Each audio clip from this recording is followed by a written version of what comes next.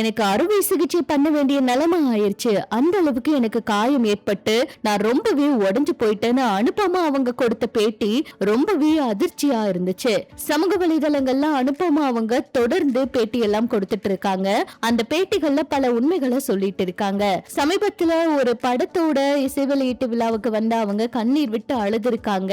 இதுக்கெல்லாம் காரணம் அவங்க இருந்த அந்த காதல் உலகம் தானாம். ஏன்னா அந்த நபர் இவங்களை ரொம்பவே துன்புறுத்தினதா சொல்லியிருக்காங்க. துருவவர் கூட கடல் அலையில வேகமா ஓடி போய் கோவத்தோடு கத்துற மாதிரி ஒரு வீடியோவை பதிவிட்டு இருந்தாரு. அனுபமா அவங்க கொடுத்த பேட்டிக்கு தான் அவர் இப்படியெல்லாம் பதிவிடுறாருன்னு சொல்லிட்டு இருந்தாங்க. இந்த நிலையில அனுபமா அவங்களோட அடுத்த ஒரு இன்டர்வியூ வெளியாகி இருந்துச்சு. அதுல அவங்க என்ன சொல்லியிருந்தாங்கன்னா, நான் ரொம்ப அழுவேன், என்னை போட்டு அவ்வளவு தூரம் கொடுமைப்படுத்தினதுல என்ன செய்யறதுன்னே தெரியாம அவ்வளவு தூரம் நான் அழுதுருக்கேன். அழுது என்னோட கண்ணுல இருக்க அந்த கண்ணீருமே வீங்கி அத அறுவை சிகிச்சை பண்ண வேண்டிய நிலைமைக்கு போயிருச்சு. நான் அழுதுகிட்டே இருப்பேன். என்னால அந்த ஒரு உறவுல இருந்து வெளியே வர முடியல. என்னை ரொம்ப கொடுமைப்படுத்துறாங்க அப்படின்னு தெரிஞ்சு அழுத. கடைசியில இந்த விஷயங்கள் எல்லாம் என் வீட்டுக்கு அவங்க வீட்டுக்கு தெரிஞ்சு 2 பேரும் பேச்சுவார்த்தை நடத்தினாங்க. அந்த சமயத்துலதான் அந்த நபரோட உண்மையான முகத்தை நான் பார்த்தேன். என்னோட ஒழுக்கத்தை பத்தி எல்லாம் அவர் பேசினாரு அப்படிங்கிற மாதிரி அனுபமா அவங்க ரொம்பவே உடைஞ்சு போய் பேசியிருக்காங்க. அவங்க சொன்ன விஷயங்கள் சமூக வலைதளங்கள்ல ரொம்ப பெரிய அதிர்ச்சியை கொடுத்திருக்கு. துருவவரு இப்படியெல்லாம் பண்ணலாமா அப்படிங்கிற மாதிரி எல்லாம் கூட எல்லாரும் கேட்டுட்டு இருக்காங்க. ஆனா உண்மையா துருவவரை தான் அவங்க காதலிச்சாங்களா, இவங்க 2 பேர் தான் காதல்ல இருந்தாங்களா, அவர் இவ்வளவு தூரம் அனுபமா அவங்க கிட்ட நடந்துகிட்டாரா அப்படிங்கிற பல கேள்விகள் இருக்கு.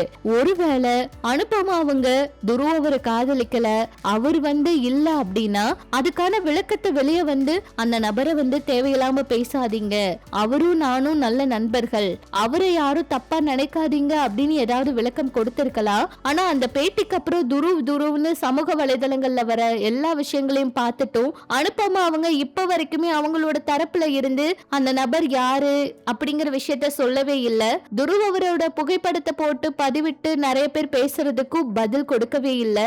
அப்படி இருக்கும்போது துருவ் அவரை தான் அவங்க காதலிச்சுக்கிறாங்களா அப்படிங்கிற ஒரு கேள்வியும் கேட்க வைக்குது. ஆக மொத்தத்துல இவ்வளவு தூரம் கொடுமைகளை அனுபவிச்சதா அனுபமா அவங்க அழுது சமூக வலைதளங்கள்ல பேசுறது துருவவரா இப்படியெல்லாம் பண்றாரு அப்படின்னு பல கேள்விகளை கேட்க வைக்குது.